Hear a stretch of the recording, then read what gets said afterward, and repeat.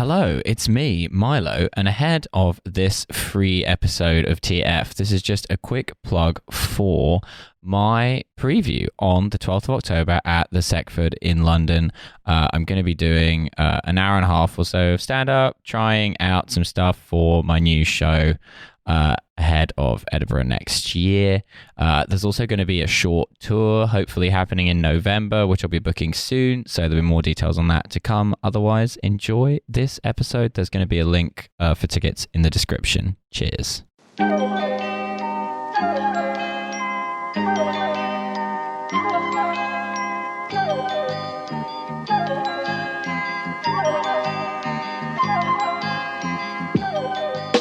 Hello, everyone, and welcome back to this free one.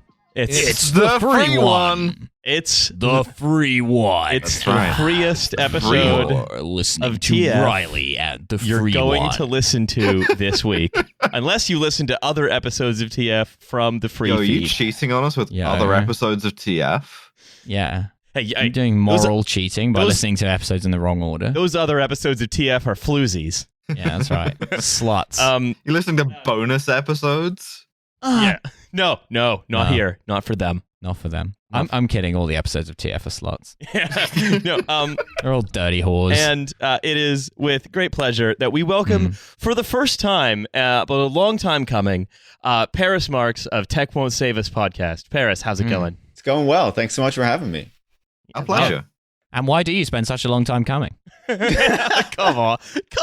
You're a nasty little freak, Milo. Yeah, that's right. Welcome to the Slutcast. He's in a little fucking gremlin horny mood today. Yeah, that's right. Hey, what's going on with I'm this? just a little birthday boy. You wouldn't hurt a little birthday boy. Also, before we have lots to talk about today. Amazon has released a new robot that essentially is just cool. a cup holder that spies on you. Ah. But before we get into that, and other things as well, things of a political nature, or some might say a cup holder that spies on you is a thing of a political Not nature. as good as Boston Asimo, a robot that can write bad Mark Wahlberg movies. as opposed to the one that writes the good Mark Wahlberg movies. That's right. Yeah. Yeah. No. But Alice, you have a tooth update. I have a tooth update. I had root canal yesterday. And while I was having root canal, which went very well, by the way, I'm feeling fine. My dentist was like, with one hand in my mouth, oh, by the way, is it okay if I post your teeth on Instagram, on my Insta? To which I said, yeah, of course, obviously. Well, sorry, what did you actually say? Show teeth. Well, actually, what I said was, yeah, okay. But like he was very, very clear that like he got me to sign a release form and everything, and he was like, listen, nothing about it is going to be identifiable. It's just going to be a photo, like of the X-rays of your teeth. And I was like, well, why the fuck not? I'm going to leverage my like existing brand. If you're going to tell me that I came in here looking like a fucking before picture, then the least I can do is like put my name to it and be like, yo, check out what this guy did to my fucked up teeth. And he really did do a good job on my fucked up teeth. And Awesome. and we have nothing but congratulations for Alice and also her dentist. So if you're in Glasgow, go to Mischievous Genie Dentistry. I'm certain nothing bad, of course, will come of this. Yeah, putting a little sort of latex glove over a monkey's paw. Just like, oh, we fixed your teeth. And then the paw curls. Yeah. But Yes. The thing about my dentist is he's a real IG baddie. He's got a fat ass. yeah, he's really big on Dentster. Yeah, that's right. Just him, like, if picture one is like him on the beach, like in a bikini, but also wearing a white coat, and he's like pouring water on himself out of a seashell. So the key is you got to find your dentist's Finsta. Yeah. Because you need to know, like, if he's like all. Yeah, there's Insta. two Instagram accounts. There's one that's just a photo of the X-rays, and then there's a private Instagram account that's like a photo of me passed out in a chair. That's like, yo, just fix this bitch's teeth. The second one is all like Monster Energy promotional gear. And he's also on Twitter just like posting about like how he would treat a woman so right if she'd go out with him. Like he's like, I'd buy a woman Chris so many flowers. Lovell. Wait a minute, this guy's not a dentist, he's a perfusionist. No, let's get to some of the stuff, because boy, do we have a lot to get into. We're going to talk a little bit more as well about some of the strange technological promises that Starmer seems to have made in his awful conference speech, which has already given Labour technology a bump of 1. Oh, yeah, cool. It's resonated with The people love technology. Didn't they go down one today? people. Love technology. They love to hear about how it's going to solve all the problems, and I think from having made this podcast and listening to yours, that's pretty much how it goes. That's always how technology works, especially when you put technology with police. That's like, the holy grail right there. That's all you want. Yeah, absolutely. People are always saying, what if the police had more technology? Well, here's some fun technology, which is Amazon's Astro, because Amazon had a big launch day today, right? Where they announced a bunch of new they launched a bunch of new things, a bunch of new products. Among them was, straight out of TF season 1, a little robot that's sort of like a Roomba with a screen, but it doesn't have a Hoover in it. Instead, what it does is it moves around your house and provides home security as the first feature. Home security. It is calling the police constantly. There is never a time at which it is not either dialing or connected to 999. Here's the second service, which I think is quite strange. Yes, monitoring loved ones randomly. Monitoring loved ones. That's just saying, no, you can monitor your loved ones with this. Oh, awesome. Yeah, do you have a family in the basement? Use this to monitor them. Hello, I need tech support for my Amazon robot. It's having some trouble with the stairs to the cellar, but this is quite an important part of its duties. Well, one of the programmers spoke to Motherboard on a condition of anonymity, said, this thing will throw itself down the first set of stairs it sees.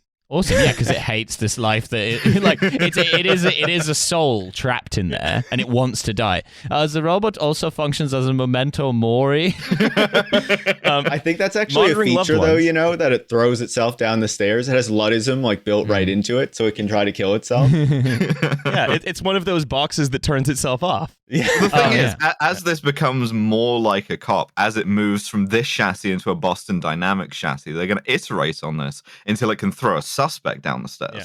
Well, then they're going to iterate on it again until where if it steps on somewhere fentanyl has been, it will just short out. Yeah. God. Out here iterating on the pussy. Oh, shit. We made the Robot 2 cop, and now it's having panic attacks. Yeah. We made the Robot 2 cop, and now it's doing a divorce TikTok. So it also will offer a mobile version of the in-home Alexa experience. So basically, it is a bunch of sensors connected to Amazon that follow you around and all your loved ones at all times, monitoring them, but allowing you to control an Alexa from near you as opposed to elsewhere. Awesome, because you can't just yell at an Alexa from the next room. No. That doesn't work. No. You need to have it following you around the house and throwing itself down the stairs, crucially. I mean, this is sort of one step below the sort of obvious thing of the most you can get followed around by a company, which is they make you wear something, right? So at least nobody's doing that. We're not bringing smart glasses back. That's definitely not. I'm definitely. Hold on a second. Sorry, Riley. I get the sense you're about to interrupt me to tell me that I was. Oh, this is the Ray-Bans, isn't it? No, Paris, you've been across this as well, right? Smart glasses are coming back. Yeah, absolutely. They're not as ugly as Google Glass was almost 10 years ago now. Ray-Bans, aren't they? Yeah, they're Facebook Ray-Bans. Yeah, Facebook Ray-Bans, they have a little light that comes on when they're recording, but you can just tape across them. And every day we get a little bit closer to being Robert Scobie. And they say don't tape over it. Yeah. So that's pretty open and closed. Yeah, well, what happens is, as soon as you get them, then a very, very tattooed and large man places the tape over it for you and intimates that you will be kicked out if you were seen by the staff with the tape off the glasses. Come to the free Sven. Sorry, I've mixed this up. I've mixed this up with the club again. It's fascinating though, because the Facebook logo is nowhere near it. Because everyone hates Facebook, so they don't want you to know that they have anything to do with these glasses. It just says Ray-Ban, and so now you can just hate Ray-Ban too. But everyone also hates Amazon. Why? Why on earth? Who on earth is going to buy a thing that will spy on them in their house and also will break? It looks like people. shit. It looks like do you remember the Aibo, the Sony robot dog? That came out absolutely. I don't know, the 2000s. It looks It's a sexy but stupid dog. Aibo. It looks significantly more unsettling than the Aibo did, right? It looks like a fucking Roomba with a flat screen attached to it, and like it has a couple of eyes. It really is unsettling. It was fascinating though to read in the story about how like it needs to detect faces, like it records everyone's faces who is in the home, so it can know like who belongs there and who doesn't. And so if there's someone who it doesn't recognize, and I'm pretty sure these developers said like it's shit at the facial recognition anyway, so it, you know, you might be supposed to be there but it doesn't think so. But if it doesn't think you're supposed to be there, it like follows you around the house, like wherever you go, to like keep an eye on you. Yeah, Cool. You know. Awesome. Make sure you're not doing anything. Never have sex. Rule 1 of this robot. Absolutely never. So, I mean, and also I'm fascinated by the idea of like this thing being an Alexa as well. So just like, it's very funny to imagine something falling down the stairs and you're just hearing like the sounds of Despacito, like Doppler effect. That's one steep, long staircase. Yeah. No, but right. I think one of the things about these, right, is that it not only is it going to have an integrated Alexa, it also has an integrated Ring, which means it will be connected to police departments. Yeah, of course. Awesome. Of Yeah. course. But, and so, like, it can call the cops while it is falling down your mile-long trench Yes. that you've installed. well, yeah, that's the Amazon Smart Trench. That's right. Everyone has one. Yeah. I've just been dumping my garbage in there. Shit. What I want to ask, right, is to what extent is something like this, something like almost like a smartphone, right? Where in 2006, 2007, a smartphone was kind of optional. And I think what you can see is these companies, sort of Apple, Google, Amazon, and Facebook, are trying to invent the next product that will become non-optional to have. And all of the things they're trying to invent are way more invasive than the smartphone, which is already wildly invasive. Oh, yeah. Right? They're trying to have more sensors capturing Also- more information about you. Also, this thing costs $1,000. Bargain. Alice, it has a cup holder, okay? What? It's like having a little Great, police so officer. someone breaks into my house and it calls the cops and then follows them around with my drink. Correct, It's like, hey, bud, do you want a martini while you're stealing that jewelry? So- I can't make one. I have no motor skills. So I've got a quote here, right? Which is, we talked about AI, computer vision, and processing power, and one of the topics that came up was robotics. One Amazon VP said, "How has robotics changed to make it possible for consumers?" I'm sorry. I just had this vision of myself in like 2025 just shouting for Alexa to bring me a drink, and then I hear a whir, the sound of a robot falling down the stairs. Spilling and breaking an entire glass full of liquid, and then it's slowly playing Despacito. Yeah. And then it's just calling the cops because you're not supposed to be Yeah. drinking during these hours. Oh no, my Alexa's got Havana syndrome. I hate it when that happens. So we say, how has robotics changed to maybe make it more possible for consumers to have one? We have a lot of experience using robotics in our fulfillment center, of course, which is what Amazon does, right? They will have a product that they use in their extraordinarily sort of horrible and abusive company, right? Yeah, And they'll next find a way to. up.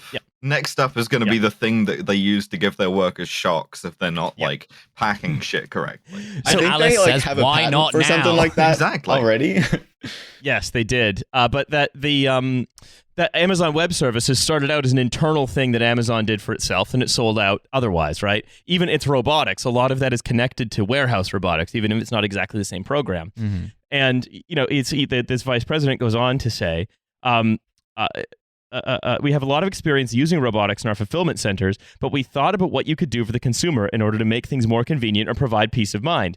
And it's just like, what element of having a little thing that can call the police if it doesn't recognize you and is terrible at recognizing you, moving around your house, throwing itself down the stairs periodically, is providing you much more convenience than maybe you'll get a drink 40% of the time? It's simulating having a grandparent with dementia. It Doesn't recognize you, can't make a drink, falls down the stairs. Yeah. We have simulated a comical butler from a vaudeville play. Oh, it's dinner for one. Yeah. Freddie Frinton. Yeah, my Alexa keeps tripping over my tiger skin rug. I hate that. But at the same time, right? Like, it's hard to imagine, I guess, why people would want this. I guess, especially if we think like we do about technology and about these products. But at the same time, like, you know, they've already normalized smartphones and what comes with that. There's obviously a greater benefit to smartphones than I think you'd see with these. But Amazon has normalized Ring cameras for a lot of people. So now they're integrating that into these robots and, you know, a lot of other devices that they're trying to put around people's homes. And I think you have to think about, like, you know, what is the goal of these companies, right? These companies benefit, these companies make money when you are interacting with these screens and these digital products, right? These products that are connected to their servers, et cetera, et cetera. And we saw that this week as well when with the Facebook reporting from Wall Street Journal, where Facebook was like trying to get kids to use its like kids Instagram service or something like that, and didn't understand why Wasn't kids. It this after they realized that Instagram has like tangible negative health effects, especially for girls? Yeah. After they realized, after that, they were like, no, let's get. It's basically like the fucking Joe Camel marketing cigarettes to kids. Exactly. It's the same thing. But so what they also found, like in this reporting, the Wall Street Journal, was that not only was Instagram causing like really negative effects on teenagers, young girls, et cetera, but it was trying to sell kids more on this service and didn't understand why kids who are like at a play date with their friends wouldn't be using their phones and like on Instagram and just like playing with their friends. It was like, why aren't you using a screen? And so I think like the important thing to understand is that all of these companies need us to be interacting with, you know, their services, their screens, their devices more and more, because that is the only way that they grow their businesses, grow their products. And so it's essential that, you know, we just be surrounded by these devices more and more. And Amazon seems to be the most aggressive when it comes to this kind of surveillance, home surveillance element of it with the Ring, now these robots and other things that it's trying to put all around our homes. Well, you can actually sort of suss out the different strategies that the different companies have, right? Microsoft is going heavily into monitoring work and workers by basically forcing everyone to be on Teams. Then Facebook is trying to go a slightly different way by trying to have monitoring go out from the user. This is the glasses, but this is also Facebook's telepresence screen, all this stuff. And Amazon sort of like locus is the home now, right? Like you getting stuff delivered to the home, the way you like live in the home, all of the time that you spend there, that is sort of that's making money for Amazon, more or less. Yeah, absolutely. And I mean, I think it's also worth bringing this into the context of a really, really, really good article in Rest of World, which is about how much of the training for this, the training for these, because most of this is also about getting data for AI so they can get more powerful AIs. Much of those AIs are training on people on the basis of people doing micro work, like Amazon Mechanical Turk stuff in like refugee camps, for example. And so internally displaced people in like Kenya, for example, will be interacting with one of these terrible robots to try to teach it to surveil you more, right? If you want to think about like what work without productivity is, right? That's a perfect example of more and more people engaging in different kinds of unproductive guard labor simply because they aren't not able to. It's the assistance of more and more people being more and more precarious in order to perform tasks of, you know, spurious, if any, value. Yeah. At least this will never affect me. And that's like increasingly the reality of these technologies, right? Like it's not only, you know, going into these refugee camps and getting these refugees to like do this kind of piecework. You know, self-driving cars, these delivery robots that are like supposedly autonomous, a lot of that stuff is being supported and driven and backed up by workers who are in Colombia, the Philippines, India, who are driving these things when they encounter, you know, a ton of the situations that they can't actually manage. So it's these people who aren't making very much money. And it always makes me think back to this film, this 2008 science fiction film, I think it was 2008, called Sleep Dealer, directed by Alex Rivera. And it basically like has these workers in Mexico working in these like giant factories, and they're kind of connected to the internet and doing this work remotely in the United States because the borders are like shut down and they won't let anyone in, right? And I think, you know, he was talking about these things back in 2008, made a film about it that came out in 2008, and I think it's just like increasingly relevant when we look about what's actually happening and how these systems actually work. Like it's just wild and like so increasingly dystopian, and I think a lot of people don't realize the degree to which so many of the technologies that we rely on are based on like labor that is paid absolutely shit in like, you know, all kinds of parts of the world. You have poor people in the US who are doing this like Turk stuff as well. But, you know, increasingly it's moving out to these countries in the global South that, you know, are kind of stuck in their countries, that, you know, are essentially stuck in poverty because of these like policies of the United States and the West in terms of, you know, how the global system works. So I think, you know, that's an element of it that doesn't get nearly enough attention, but is so important when we think about these things. Yeah, because it's just the guy in there. Yeah, that's right. Well, I'm being operated from Southeast Asia right now. Yeah, that's right. I've not been on Trash Shooter in years. Yeah, Milo just goes to sleep and someone from the Philippines takes over. That's funny. Milo Edwards died 5 years ago this very night. But if you want to think right, I want to think about what mode of accumulation is this. It's the mode of what they are accumulating is behavior. They are accumulating the people doing of things so that they can basically make more and more of a return with less and less of an input. Sell when I do things. So they're the worst. They are getting lots of other people who don't have to pay very much to do a lot of things, to model behavior, so that they can then more effectively induce you. Because most of these companies, right? A lot of these companies, like Google and Facebook especially, are ad firms. They're just advertisers. That's all they do. That's how they make their money. You know, they are, and that so much of all of this sort of edifice that's been built on it, it's just ads. It's just to sell algorithmically generated T-shirts. It is fundamentally unproductive. Like, there are two kinds of unproductive labor: guard and consumer manipulation. These are two. They make nothing. They are simply there to protect and intensify returns to capital. You say they make nothing, but how else would I have gotten this T-shirt about what it's like being a welder born in January? That's right. But with that view, right, this view of an accumulative mode that has sort of gone into past the stratosphere of what we could possibly have anticipated in the 1990s, I think it's only right that we go back a little bit to what Keir Starmer promised in his speech at Labour conference, because boy, is it not adequate to deal with the economy as he finds it. Awesome. Now, I fucking love Keir Starmer because today he got asked who his favorite Bond was, and he managed to give an answer just like perfectly designed to annoy everyone in some way, which was Lazenby. Yeah, I don't. Yeah, the correct answer. Yeah, George Lazenby. That would have been sick nasty. He was like, I don't have a favorite Bond, but I do think it's time that Bond was played by a woman. Yeah, beautiful. Chef's kiss. Who is it for? Who is any of this for? Jess Phillips. Yeah, maybe. Yeah. Basically, Jess Phillips as James Bond. 007. Oh my god! Why not? Yeah. At this point, why not? Yeah. But yeah, so this makes me think that Keir Starmer has a bullet lodged in his brain, and he becomes more Keir Starmer every day until the day that he dies. There's no news like centrist news. Yeah, he does just become more Keir Starmer every day. Like, every time you think he's peaked, and the next day he just comes out with something new. All right, so we've spoken a great deal about what the general thrust of the speech is, because a lot of it basically is précédé in the book, that the pamphlet that he wrote that we discussed in detail the last bonus episode. On the knavish nature of the Tory party. Correct. And, you know, he's basically just loves emphasizing the value of work, family, and fatherland in order to win over Telegraph critics. He loves doing that. Which is definitely going to work. Yeah. Well, it's already working.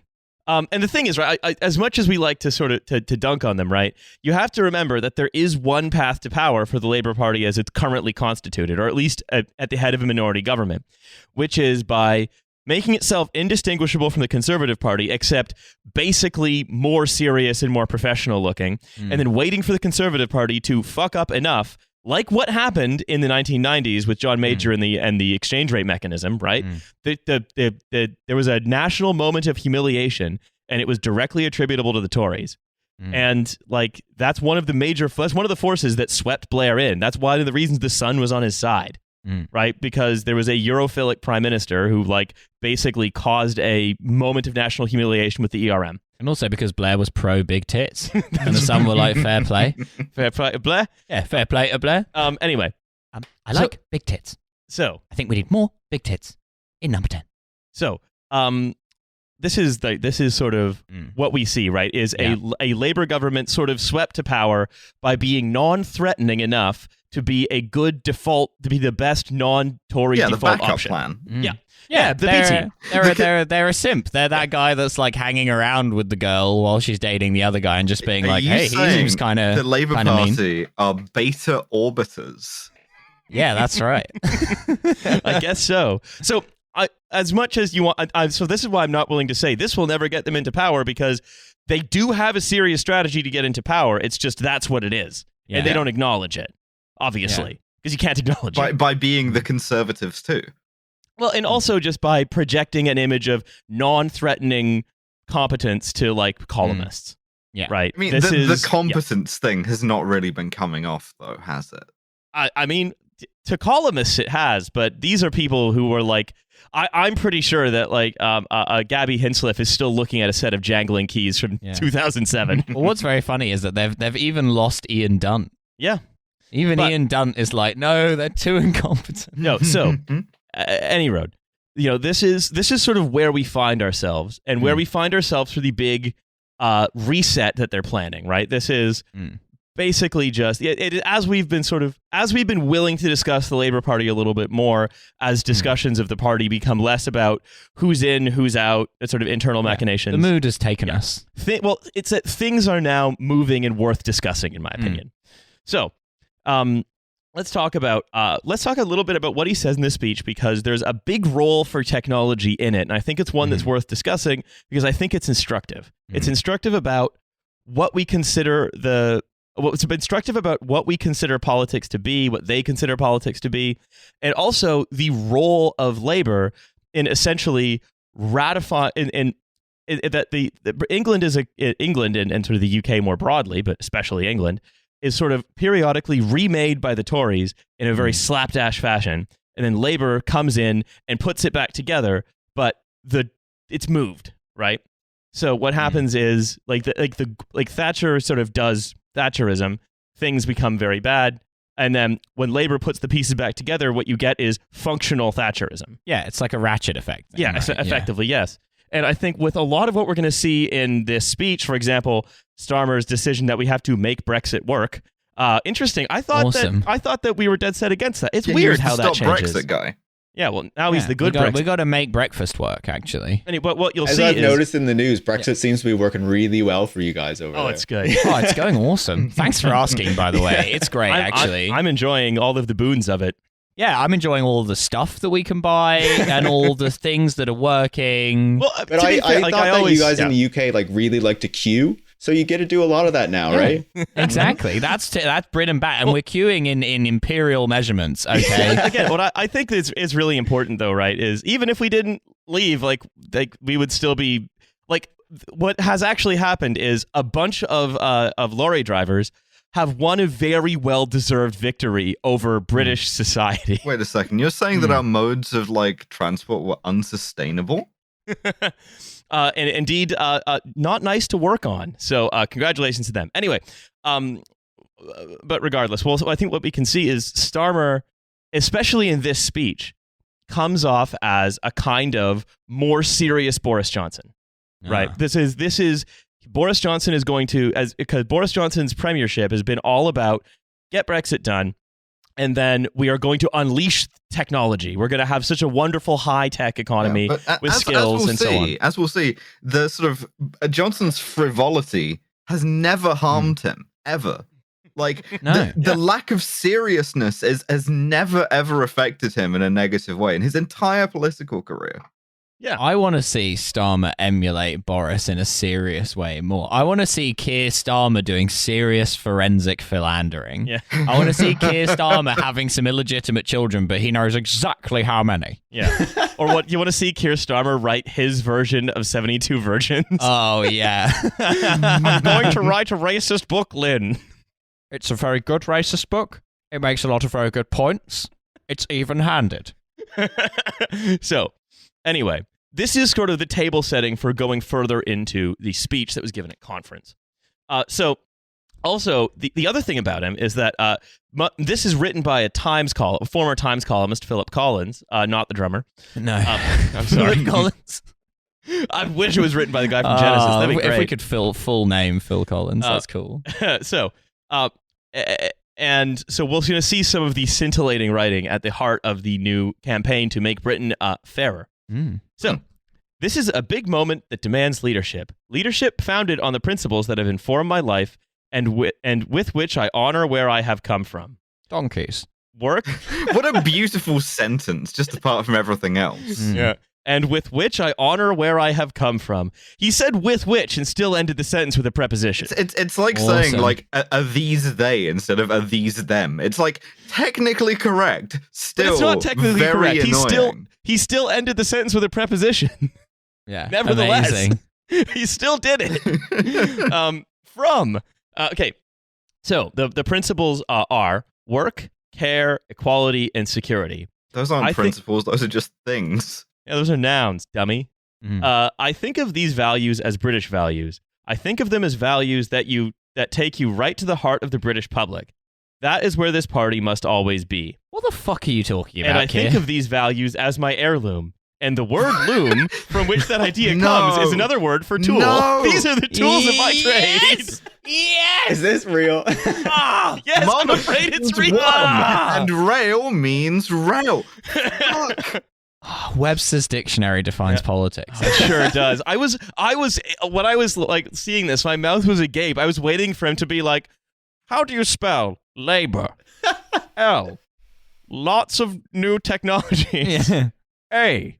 Ample police on the streets. B. Being a good person. Yeah. It's astonishing. God. And I think it wasn't incredible. Someone was tweeting really approvingly about the loom bit. I remember. Yeah, probably some idiot. Yeah, it was one of the big lib commentators. Yeah. But of course, right? Because it's fun. You can play around with it, and also it's pretty unserious, right? It is a relatively unserious way to communicate. Well, that's what I meant. What was surprising about it was because I would expect people of our ilk to be picking up on this part of the speech, which is one of the most openly stupid parts. But I was surprised that there were libs tweeting this particular quote approvingly when it's obviously the bit where he sounds most stupid. Like, the word loom, which actually is it has the word moon in it, sort of, and the moon is a guiding light for the labor movement, of course. The light of Islam. Yeah, the light shines in the darkness. Finally. Keir Starmer turns to face Becca. So, finally. I welcome the mountain, but I would encourage it to go further towards me. So, when he talks about these values as his heirloom, what he's trying to do is reconnect with the kind of sort of England as imagined by Orwell with Vickers on bikes and all of these things. That is a fundamentally paranoid place. Ours is a country of tarts and Vickers. I was going to say, the England envisioned by Orwell is an England where you snitch on your friends to MI5. Yeah. So, but absolutely. What Orwell was specifically talking about there is he was trying to write a story about a heritage of British patriotism. He was trying to write a simple list of names of suspected communist sympathizers. This patriotism that he was trying to evoke, he was also trying to evoke a sense of a fear of someone coming and taking it away. Right? Like Orwell's kind of the progenitor of like the paranoid village style of British politics. Paranoid village style. Yeah. What if they put up an ugly house in the village?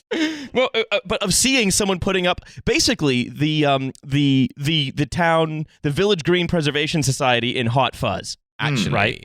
There was a Jeremy Vine phone in the other day, which plays. Because there was a church in some like small village somewhere in England that had decided in order to raise money for their roof, they'd partnered with some local brewery to like sell pints to like local people, and you could come and like have a pint in the churchyard. And this had sparked a furore, a nationwide furore, that some people were seen drinking pints while sat on gravestones. And Jeremy Vine was having a phone in about whether this was okay or not. And most people were just like, well, I mean, they're dead. It sounds like it was quite a nice event. And other people were like, they should be shot! Right. And it's it is that attitude that all of this talk about these ineffable, wonderful values that have to be protected it is that attitude that he's appealing to, right? And so he says, to the voters who thought we were unpatriotic or irresponsible, or that we looked down on them, again, to the columnists who thought that, of course, I say these simple but powerful words. We will never, under my leadership, go into an election. You can't say, I say these simple and powerful words. I say this wonderful sentence, the best you've ever heard. We will never go under my leadership into an election with a manifesto that is not a serious plan for government. Of course, we have fought very hard for the right to go into an election with a manifesto that is not a serious plan for government. Yeah. It will say no. Well, because what they mean by a serious manifesto is precisely a manifesto that says nothing. Because if you say something, then people can criticize what you've said. Whereas if you say nothing, they can't. Or it's the other thing. Well, the example I give here, right, and this has sort of happened since we last talked about this, is the climate funding, the climate investment, right? They're saying we're going to put sort of billions per year into green projects, right? This is good and necessary, but because to address privatization throughout the supply chain, that would be unrealistic. Yeah. Right? So you can invest tons of money, but much of it is just going to go into those same PFI contracts that cause that mean that most hospitals up and down the country are poorly maintained. Yeah. Right. So what we're going to do is we're going to use the money printer to create tons of money, or we're going to borrow, or we're going to tax, or whatever. We're going to mint that $1 trillion platinum coin. But what we're not going to do, we're not going to address why this won't work, because we can only do it. We can't do enough for it to work. We can only do a little bit. It's like trying to turn on an on switch, but you've negotiated with yourself that you're only going to turn it 25% of the way on. It doesn't matter if it's almost on or not on. It's still not. You haven't turned the light on. It's a binary state. And so if you're going to say we're going to pump a bunch of money into these processes, but we're not going to change who takes that money, who controls where it goes, and so on, which is a difficult political problem to solve, but you would argue a necessary one. That I would argue that is not a serious plan for government. That is a plan to not scare columnists, so you can default into government when, Boris Johnson decides to actually go ahead and build that bridge to Ireland. Yeah. But one of the things I really want him to build the bridge to Ireland. Over the giant undersea trench filled with bombs that we dumped there. That is awesome. The most British thing. Boris Johnson is intent on playing a real life version of Angry Birds, and I respect him for it. So another couple of things before we get to what I think is the core of what we want to talk about here. One of the reasons that we're talking to Paris as well is that he talks a great deal about his time as the director of public prosecutions. And he says, justice for me wasn't a complicated idea. Justice for me was a practical achievement. It was about seeing a wrong and putting it right. That's my approach in politics, too. I had the great honor... If you steal a bag of basmati rice, hold on. You will not escape justice. Hold on. I had the great honor of becoming the country's chief prosecutor, leading a large organization, the Crown Prosecution Service. Let's talk about those 3 words. Crown brings home the responsibility of leading part of I mean, that this guy, this is his actual speech that you're reading out. Aren't prosecutors supposed to be good at giving speeches? Yes, this is literally what he said. I welcome what the defense has said, but I encourage them to go further. But I saw people on Twitter saying this was a good speech or something. This sounds ridiculous. Yeah, well, that's because you and us and many of our listeners have the affliction of being sane. Crown means crown, but prosecution means prosecution. It's like what I always say, Jeremy Corbyn's greatest sin was being the only sane person in a political firmament that was replete with crackpots. Yeah. If everyone accepts the reasoning that in order to stave off nuclear annihilation, we have to proliferate our nuclear arms stockpile, and you're the only person who says, wait a minute, shouldn't there just be less bombs? Then you're going to be seen as crazy. Everyone's going to call you insane for just living in reality, as opposed to in the twisted version of reality that British capital sort of has to inhabit. Right, it's Mark Fisher. I don't like to quote him too much because that's a bit hack, but he talked about how capital is dreaming and we're in the dream. Right, nowhere is that more apparent than the very strange world of British electoral politics. Oh, absolutely. So Crown brings home the responsibility of leading part of a nation's legal system. Prosecution tells you that crime hurts and the victims need justice to be done. It doesn't tell you that. And service is a reminder that the job is bigger than your own career advancement. You're literally talking about it in the context of your own career advancement. Sir Keir Starmer QC, I ask you, how forensic is this? It seems a bit slapdash. Yeah, so... Also, I love how this is both an own on Keir Starmer and also on Philip Collins, thereby expanding our genre of what the fuck is going on with British newspaper columnists and why can none of them write? So, and why we're talking about this, right, is that their vision for policing and justice is a big part of what they want to do. And again, don't forget, they launched Labour Friends of the Police day before the Wayne Couzens trial or sentencing hearing. They're so good at politics. The best political instincts in the game. I mean, to be fair, though, I think I kind of do think, right, that if your constituency is columnists absolutely fucking hate everyone who lives here. And so announcing Labour Friends especially their children.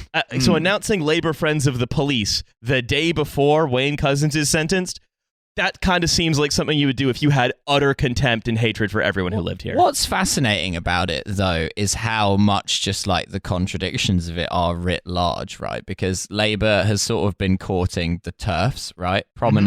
Prominent columnists who, of course, claim to be incredibly passionate about preventing violence against women, such as in women's prisons. Now, the fact that they only care about women who are in prison when there's the consideration of trans women maybe being in there with them is neither here nor there, obviously. Right? But it's very telling how those same columnists are not agitated about Labour launching Friends of the Police literally the day before the sentencing of a policeman who raped and murdered a woman. Yep. No, of course not. Because none of it matters. Because none of realism. It actually matters. It's all just political buttons that you can slap like whack-a-mole. Britain isn't real. It's a form of what I almost call columnist realism, right? A form, We're trapped in Column's dead dream. Yeah. It is a way of looking at. It is a way of looking at the world from this imaginary third position, but you are unable to get yourself out of your own head. And so most people's experience of most of the rest of the country comes from people just sort of an inward obsession on their own sort of manias and insecurities that they're unable to externalize properly. Sarah Dittum and Hadley Freeman just experiencing the film Memento constantly. Just pulling fucking Polaroids out of their pockets and say, don't believe his lies. Obviously I'm not, British. I pay some attention to British politics, but well, you should stop that immediately. Yeah, clearly. But you hear about the power of these columnists and the sway that they hold over the political scene, I guess the Labour Party in particular, and the politics of the Labour Party. But it's just wild to hear the speech that you're describing and then comparing that to the actual politics of the moment and the past year or so where there's been a real reckoning with police violence. And, I know that's been largely in the United States, but I know it's been in the UK as well. Very much and a number of other countries. And so then to see them launching a group that stands with the police and to talk about the need to crack down on crime even further. I don't know. It's just who thinks that this is a good idea. Keir Starmer. Yeah, but it just blows your mind, really. Especially as I say, I pay somewhat attention, but I saw that video going around the other day of someone from the media talking to voters in the North, and they were basically all saying how they hate Keir Starmer and bring back Jeremy, and it's just how can you? I don't know. Can you win an election just appealing to columnists? I guess maybe, but I don't. It just seems wild to me. It's like I said earlier, right? It's there is this sense of British politics, especially English politics, that is about defending a certain precious kind of Englishness that is almost going to be annihilated at any time.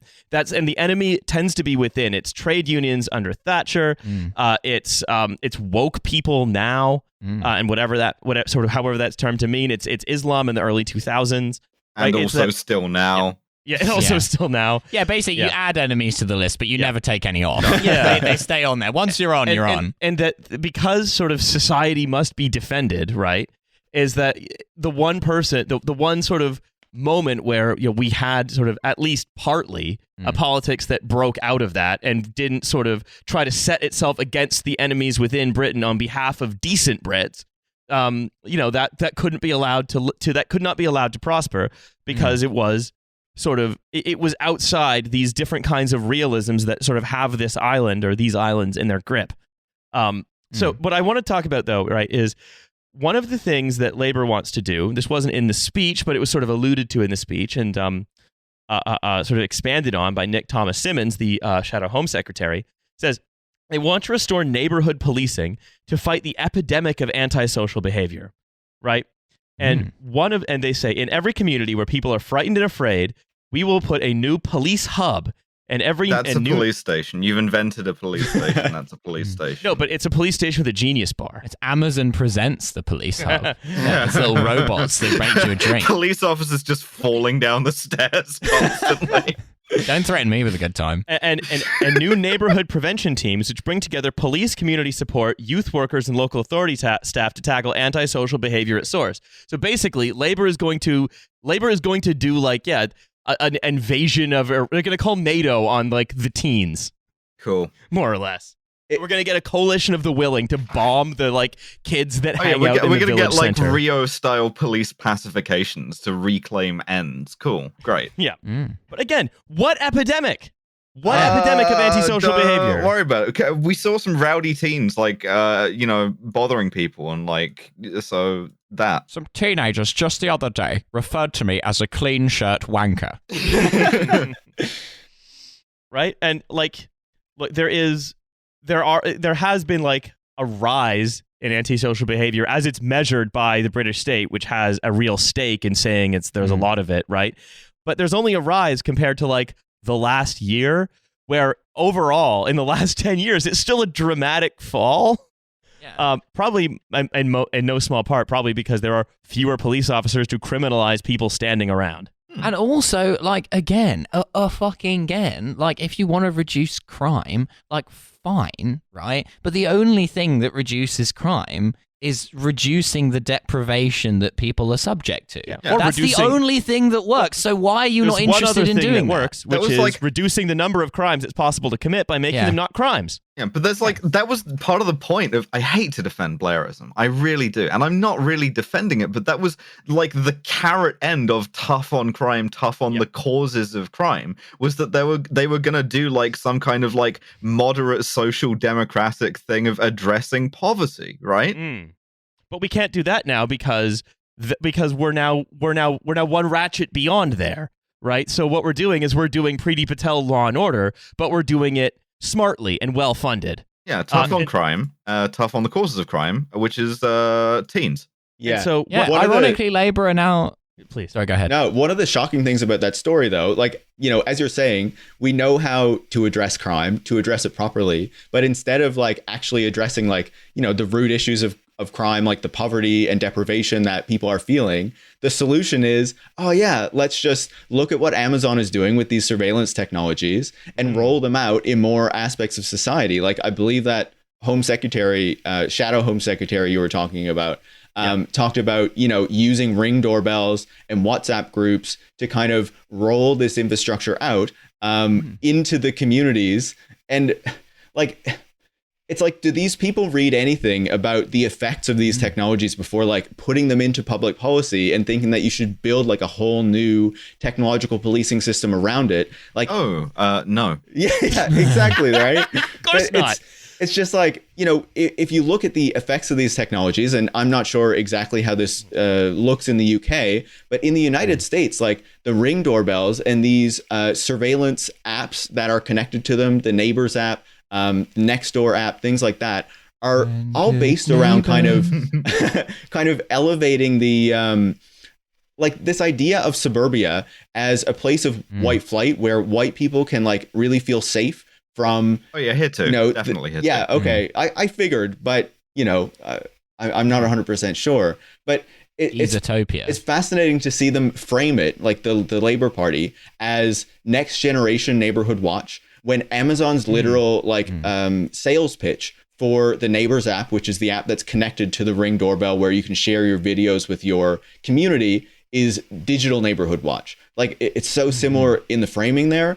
And then you think about what these are doing, like when they've examined this in the US, what the effects of these Ring doorbells are, and people being able to surveil more of like what's going on around them, is it makes them more scared because they're seeing things that always happened, but now they appear suspicious because they know that they're happening and didn't before. And plus, as I was saying, there's this association of the suburbs with whiteness. And so the kind of people that they tend to see as suspicious are like when Black people are in their neighborhoods and things like that. And then they share it around on their apps, and, people are scared of Black people being in their neighborhoods. And when Amazon and these companies promote these services, it's, usually framed around like, white people, looking at fun things that are happening around them, like, I don't know, people who are at the door who they're talking to, but really like the actual infrastructure and what this is actually doing is incredibly like worrying. And then to see that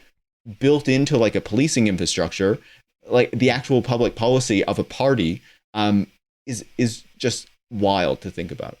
Fortunately, a British police officer would be so confused by a Ring doorbell. Yeah, he would think it was threatening him. Now, I'm talking to yourself, correct, via the medium of this door opening device. Is that correct? Is it a gentleman or a lady that I'm speaking to with yourself? Yeah, you could definitely trap a British police officer in like a dialogue loop using a Ring doorbell. Oh yeah, the British police are like Mr. Everett was helping to find my gun. Yeah, they're like Oblivion NPCs. They clip through the environment. Like they have like a set script they have to follow.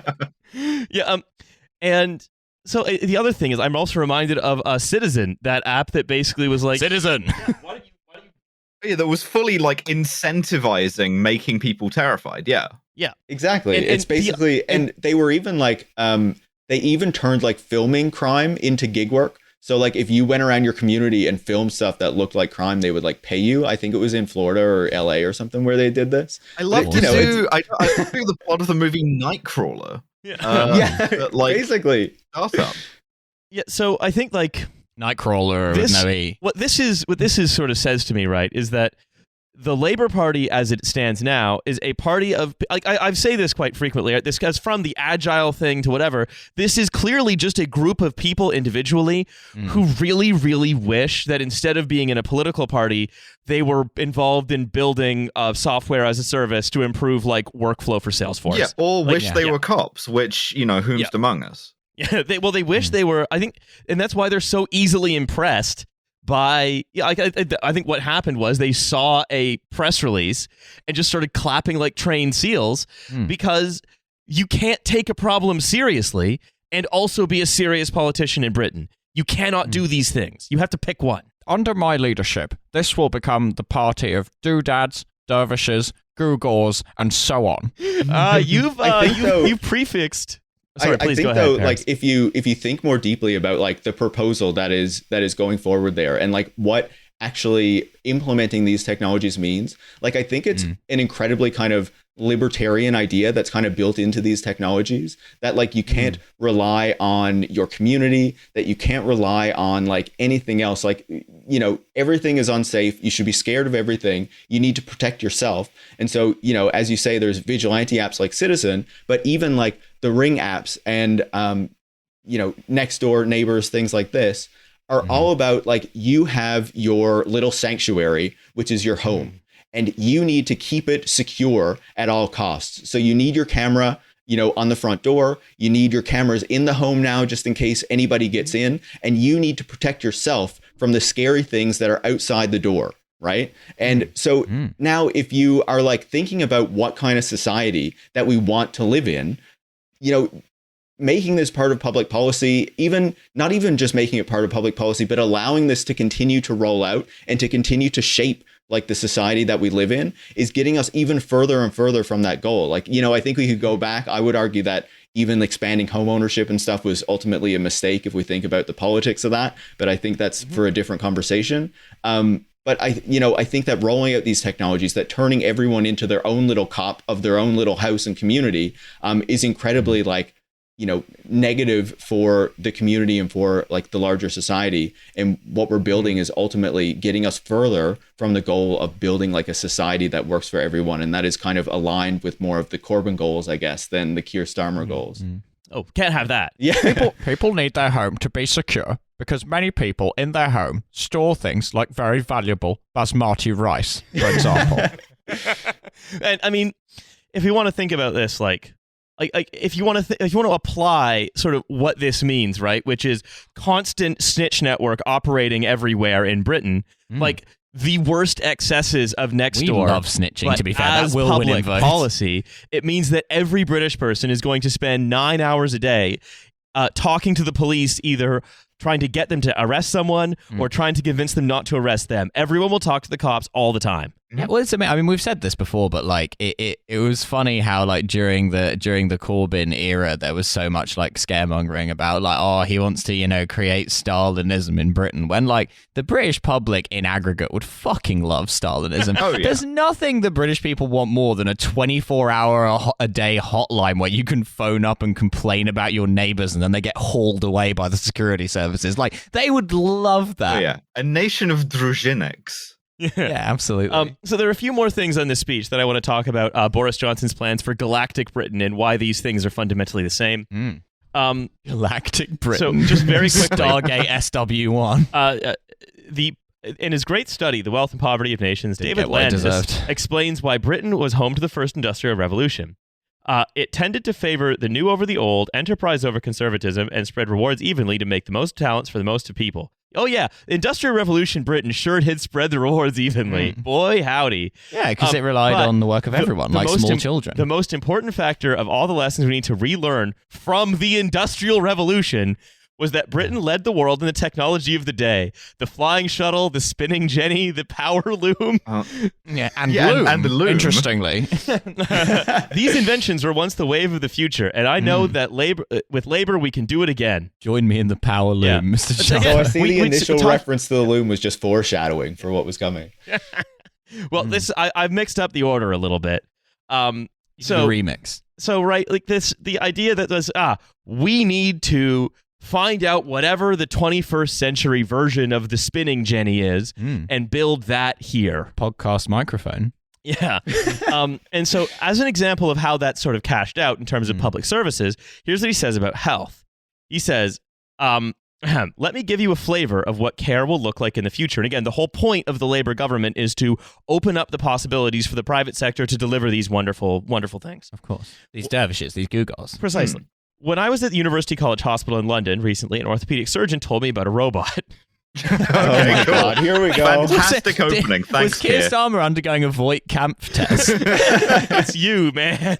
Yeah. The robot sits in the operating theater, making sure every incision is It's turned just over right. on its back. The surgeon can't go wrong because the robot works like an override system, a bit like a driving instructor in a car. Over time, this means that thousands of hospital beds can be freed up because patients are discharged slightly earlier. The range of possibilities is bewildering. Precision editing of the genome will help us wipe out pathogens. The science of robotics and exoskeletons helps patients who are struggling to move. Virtual reality is being used to alleviate the suffering of post-surgical pain, and this is how health will be remade. And the thing is, if you look at what the Tories... Virtual reality. So I'm in pain, but I'm also feel like I'm being jacked off. If you look at what the Tories have been promising basically since the Brexit turn, it's always been, we are going to free up the white-hot light of innovation. That's what it always has been. And so we don't need to, for example, restructure our badly creaking public services that have off-ramps to private capital basically at every opportunity, because all of these problems are going to be solved with technology. A wizard will do it. Essentially, a wizard will do it. And if you solve these problems with technology, then you can kind of square the circle without having to confront any of the institutional realities that are causing the problems. The problems are bad. A wizard will do it, but that wizard is actually a low-paid worker. In the global south, in Colombia. I was talking to someone a few months ago who said that these like surgery robots were trialed like in the battlefield and were controlled by workers in India. And then you know, he asked like the guy who was, I don't know if he was selling it or if he was running the company or what, but like, you know, if this was just for the battlefield, and he was like, no, we're planning to roll that out like in the US as well. And so, you know, in the same way that all these technologies work, where we're told like, oh yeah, it's just like the artificial intelligence, the robot's going to do it, don't worry. You know, I think with these surgery bots, it's going to be the same thing, where you're just going to have remote workers like somewhere else in the world that are being paid shit wages instead of using your actual doctors. Yeah. I love to be bleeding out on the battlefield, and we're like, why isn't the robot doing anything? And then the robot suddenly goes, your call is very important to us. Well, I mean, all of our operators are currently busy. If you want to have a low-paid labor force that doesn't have any rights, a great thing to do is to, you know, have them remote controlling everything. But also, right, like, but Brexit was about like raising the borders and keeping those workers out, right? So naturally, yeah, you know, it makes me think back to that movie I was telling you about again, Sleep Dealer, where like the idea is the borders are closed, but you still need the low wage labor. So instead of actually letting it into the country, you just have it control like remote technologies and you just keep getting paid shit somewhere else in the world. Brexit has sparked a lot of innovation. Let's give it its due. Like the innovation in terms of both like 5-dimensional thinking required to pretend that everything is fine, and also innovation in terms of, I guess the army are going to do it. But the thing I sort of want to highlight, like before we move on to Space Britain and close our episode out, right, is, and we'll see this in Space Britain too, is that part of the realism that exists in the UK and has for a long time means that the movement of politics can never be anything but forward. You can never fix something that's broken. You have to invent something that makes it a non-problem. And so what it means is that there is this rot, there is this shiny shell that is constantly expanding, where everything is sort of in balance at the very bleeding edge. But as soon as you get back from the bleeding edge, it's just rotten. And the rot is chasing the edge. And so it's expanding, but it's just rot. That's all that's in the middle of it now. Wonderful. Thanks, Riley. We live in a society, and it's a rotting society. Yeah. Because we can't, for example, can we readdress? We live in the belly of the machine, and this machine is leveling up. So can we address, for example, why there is so much privatization within the health service, right? Or let's talk about the energy sector because it's so relevant. Can we address why the energy sector's problems happen? No, but what we can do is try to keep it ticking over while we invent something that means that we don't have to think about those problems anymore. Yeah.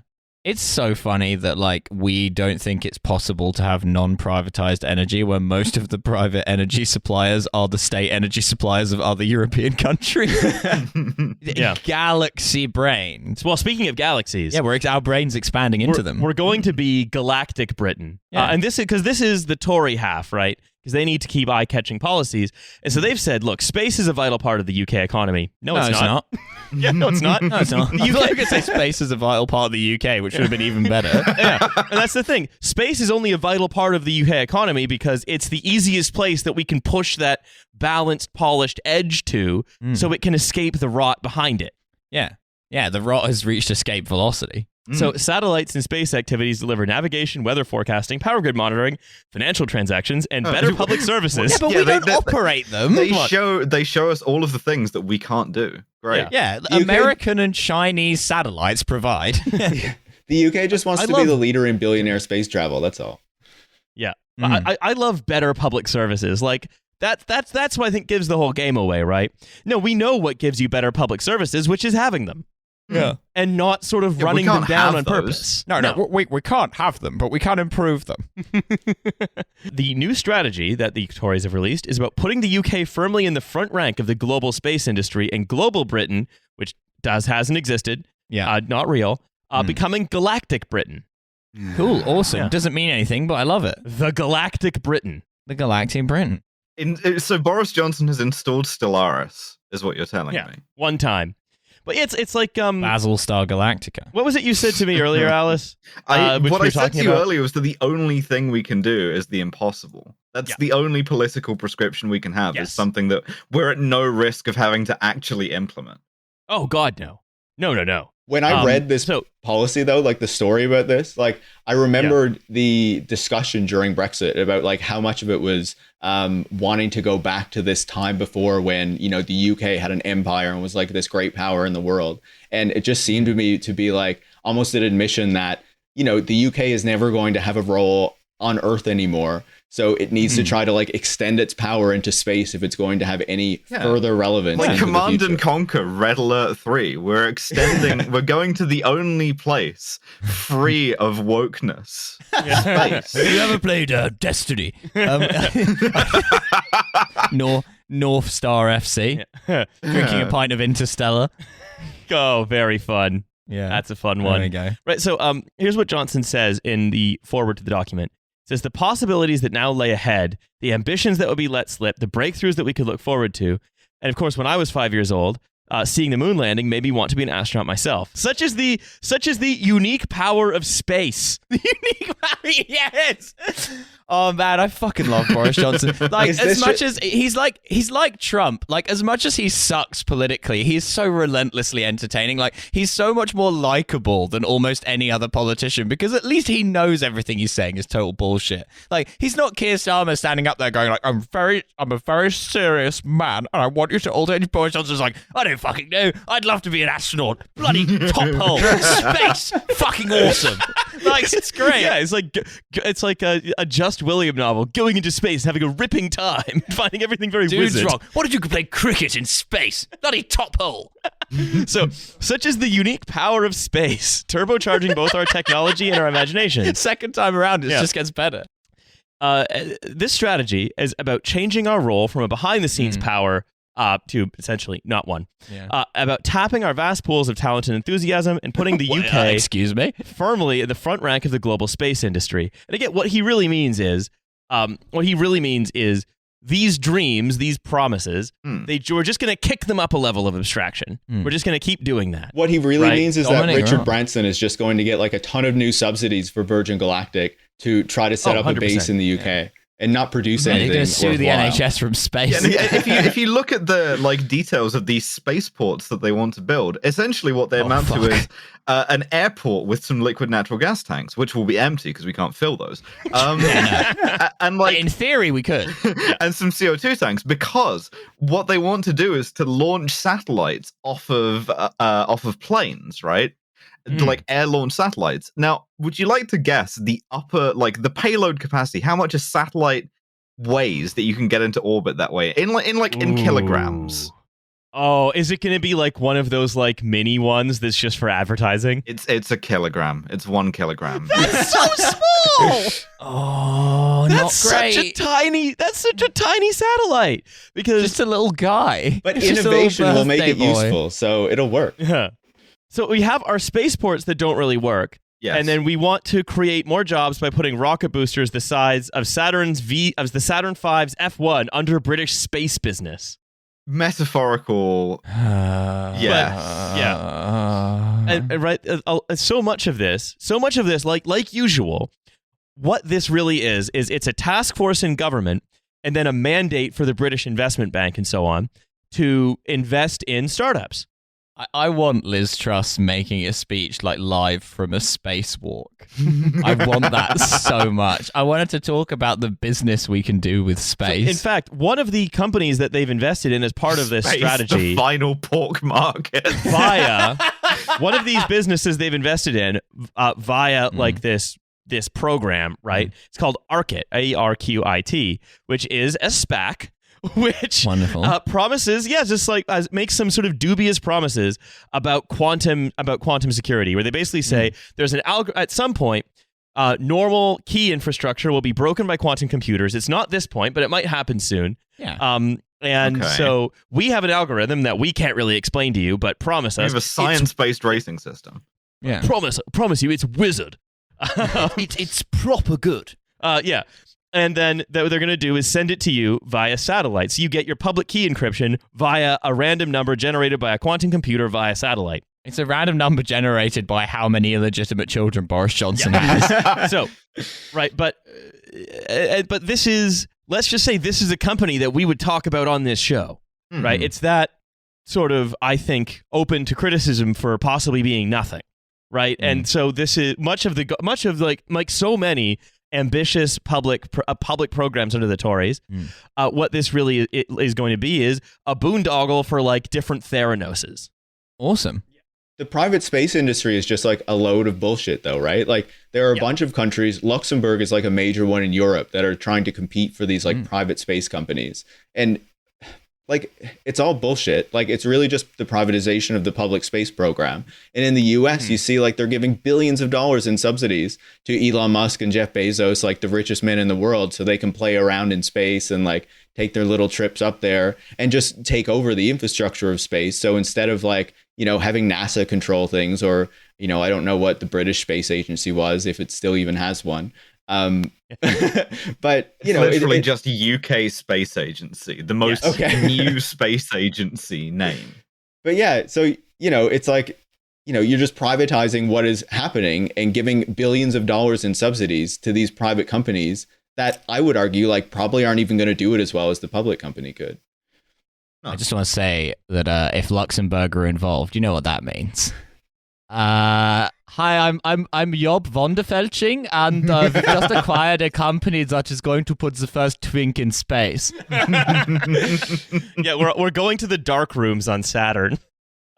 So there's a few of their goals that and plans. Then we'll close it out there, right? One of the goals is to use the space program to promote British values. In space, or we will, British values in space. What if we put all of those British values we love of an open and stable international order through our engagement on space in space? You know, what if we had like the WTO in space? Yeah, what if that? Fantastic. We'll demonstrate our global leadership and drive discussions on space safety, security, and sustainability, and hold other nations to account for their actions in space, while we basically just like cover like low Earth orbit with kilogram-like size satellites after having bought OneNet. This is fantastic. Genius. This is the best thing Britain has ever done. Yeah, awesome. I mean, it goes to like, we always talk about how Potemkin this country is, right? How season 4 is all about how like Britain and the West, sort of more broadly, like aren't really that real. Like the Tigers are becoming very paper. Well, the Labour Party are a Potemkin opposition, right? Like they just kind of stand there and go like, the problems are bad, but the causes are good. So the goal 5, use space to deliver for UK citizens around the world. And the world, excuse me. We will use space to tackle global challenges, including climate change. Why not? Why fucking not? Awesome. And deliver... Oh, we're going to fire the temperature into space. And deliver better services to the public, such as modernizing our transport system, supporting the NHS, and protecting our borders. How will you modernize transport using space? Oh, autonomous you can take cars. rockets around the world now. Yeah, awesome. And it's very great for the green, environment, too. You know? I'm going to take a rocket. I'm going to take a rocket from where I live in East London to We're bringing where back I work in East missile London. mail. That's right, yeah.